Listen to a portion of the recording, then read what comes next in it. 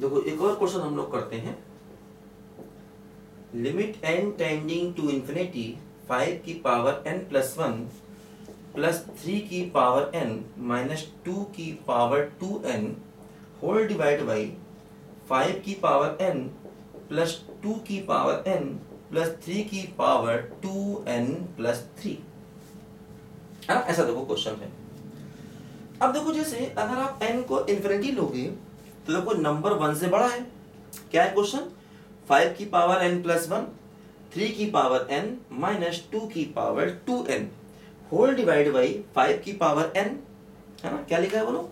ये लिखा है 5 की पावर n प्लस 2 की पावर n प्लस 3 की पावर 2n प्लस 3। देखो जैसे ये सारे नंबर 1 से बड़े हैं और पावर इंफिनिटी है तो इन सब की वैल्यू इंफिनिटी होगी। तो एक्चुअली देखो ये इंफिनिटी बाई इंफिनिटी फॉर्म बन रही है हर जगह। तो क्या करेंगे?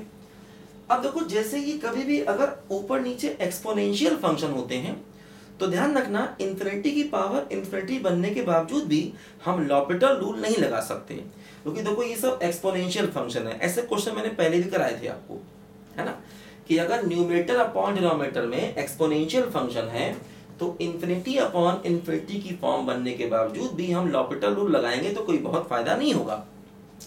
तो क्या करना पड़ता है? जो सबसे बड़ा टर्म दिखता है उससे डिवाइड करो। देखो जैसे क्या होगा यहाँ पर, ये n टेंडिंग टू इंफिनिटी, देखो ये 5 की पावर n इंटू 5, 3 की पावर n, देखो ये हो जाएगा 4 की पावर n डिवाइड बाई 5 की पावर n 2 की पावर n प्लस देखो ये हो जाएगा क्या 6 की पावर n इंटू 3 की पावर 3। ऐसा लिख सकते हैं, है ना, बोलो भाई, ऐसा लिख सकते हैं।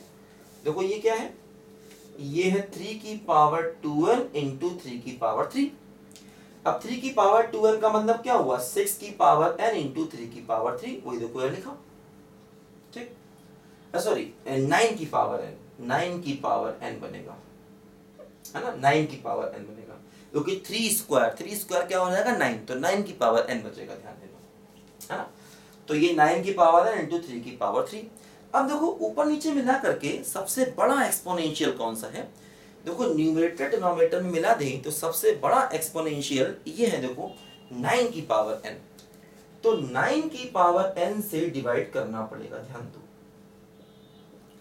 तो 9 की पावर n से ऊपर नीचे डिवाइड कर दो, देखो ये क्या बनेगा, ये बना n टेंडिंग टू इंफिनिटी, देखो ये 5 इंटू 5/9 की पावर n, ठीक, प्लस 3/9 की पावर n माइनस 4/9 की power n whole divide by देखो 5/9 की पावर n, ठीक है, प्लस 2/9 की पावर n और प्लस 3 की पावर 3। ध्यान दीजिए, अब देखो क्या हुआ, अब देखो ध्यान दो, ये सारे के सारे टर्म 1 से छोटे हैं। देखो सारे टर्म 1 से छोटे हैं तो पावर इंफिनिटी करने पर वैल्यू 0 हो जाएगी।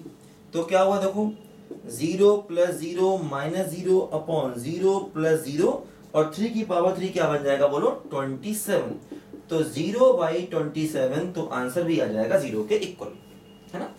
तो जब न्यूमरेटर और डिनोमिनेटर में एक्सपोनेंशियल फंक्शन होते हैं तो ध्यान रखना सबसे बड़े एक्सपोनेंशियल से डिवाइड करना पड़ता है ऊपर नीचे, है ना।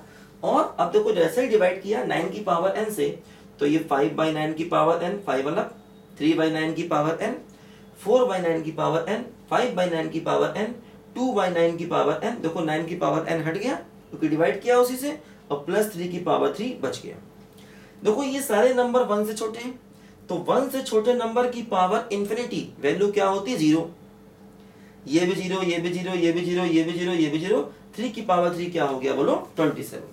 तो 0/27 आंसर क्या आ गया बोलो 0 के इक्वल आ गया, है ना। तो यही अपने क्वेश्चन का फाइनल आंसर आ गया। देखो बच्चों ध्यान से इसको।